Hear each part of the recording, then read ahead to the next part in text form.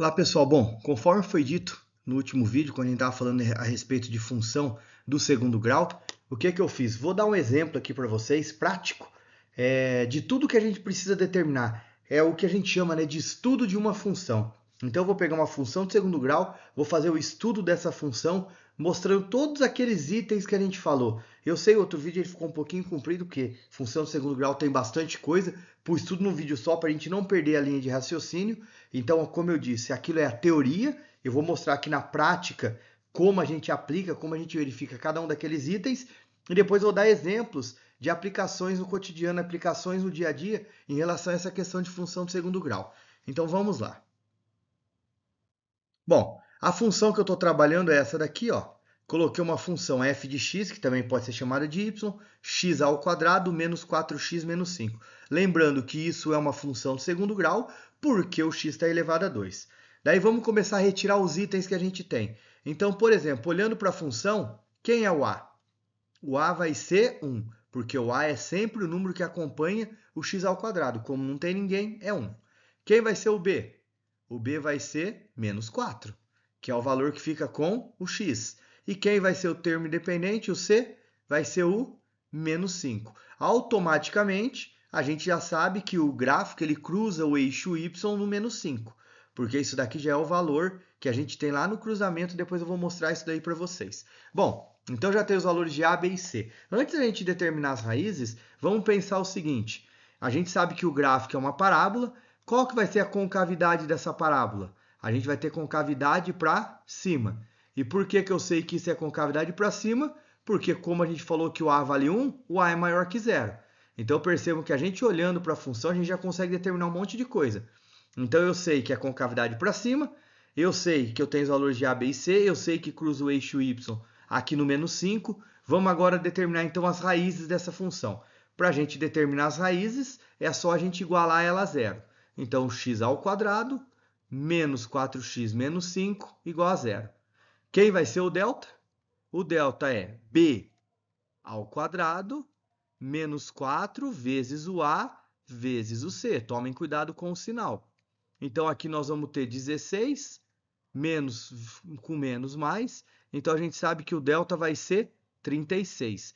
Ou seja, se o delta é positivo, significa que a gente vai ter duas raízes. Só pensando assim de forma rápida no esboço do gráfico, o gráfico vai fazer isso daqui, ó.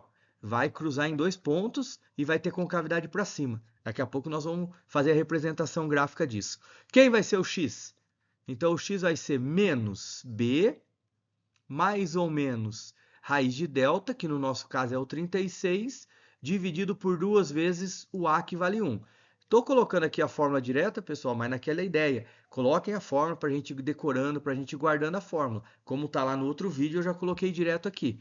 Então, menos com menos, mais raiz de 36 é 6, dividido por 2. X', 4 mais 6, 10, dividido por 2, 5. Tá lá. X duas linhas, que é a segunda raiz. 4 com menos 6, menos 2. Dividido por 2, menos 1. Então, já tem esses pontos também. Então, gravem isso. O menos 5 corta o eixo Y, o 5 e o menos 1 corta o eixo X. Depois disso, a gente já tem algumas coisas. Vamos pensar no vértice, porque daí a gente já consegue fazer a representação gráfica. Quem é o x, o vértice? Menos b, vou até pôr aqui, ó, menos b dividido por 2a. Então, eu vou ter menos 4 dividido por 2 vezes 1. Menos com menos, mais. 4 dividido por 2, 2. Quem vai ser o y do vértice? Menos delta sobre 4a. Então, eu vou ter menos o 36 dividido por 4 vezes 1, que é 4. Menos 36 dividido por 4, menos 9. Então, aqui, quando eu junto isso, 2 para x, menos 9 para y, eu já tenho um outro ponto. Então, percebam que aqui a gente já consegue definir tudo isso que a gente fala da função, a concavidade, as raízes, o vértice, tudo que a gente viu lá no vídeo, que a gente vai determinando, a gente consegue ponderar e perceber aqui. Vamos então fazer a representação gráfica para a gente ver como é que fica com esses valores aqui. Gravaram os valores? Então vamos lá para o outro. Aqui quero fazer a representação gráfica. Então vamos começar.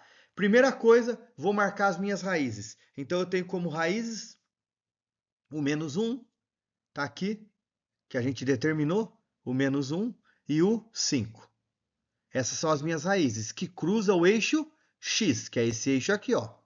Depois, a gente sabe que cruza aqui no eixo y, no eixo y no menos 5. Foi o valor que a gente determinou lá, que é o termo independente. Depois, se a gente pegar o vértice, que é 2 e menos 9, é esse ponto aqui, ó. Esse é o vértice, tá aqui. E daí a gente sabe que toda função ela é simétrica. Lembra que eu falei isso para vocês, que existe um eixo de simetria? Ou seja, como um para cá caiu para o menos 5, se eu vier aqui, ó, o valor do 4 também vai ser menos 5, para que seja simétrico o gráfico. Então olha o que vai acontecer.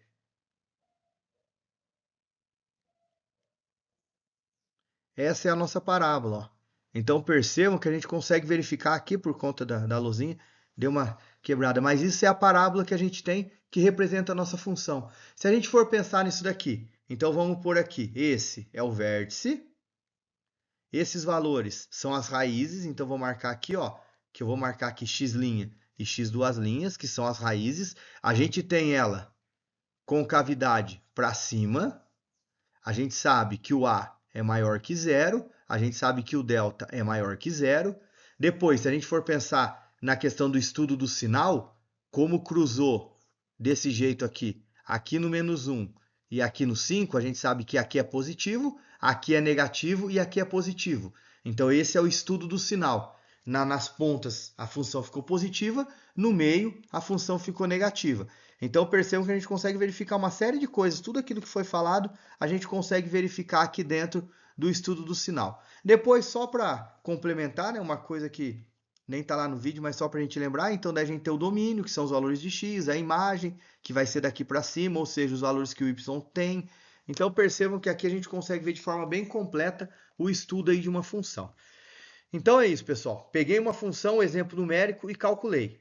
Claro que nas aplicações a gente nem sempre vai ter que trabalhar todos os pontos, mas só para a gente entender o que cada ponto funciona. Concavidade, raízes, vértice, estudo do sinal e assim por diante. Então é isso. Valeu aí, pessoal. Um abraço. Tchau, tchau.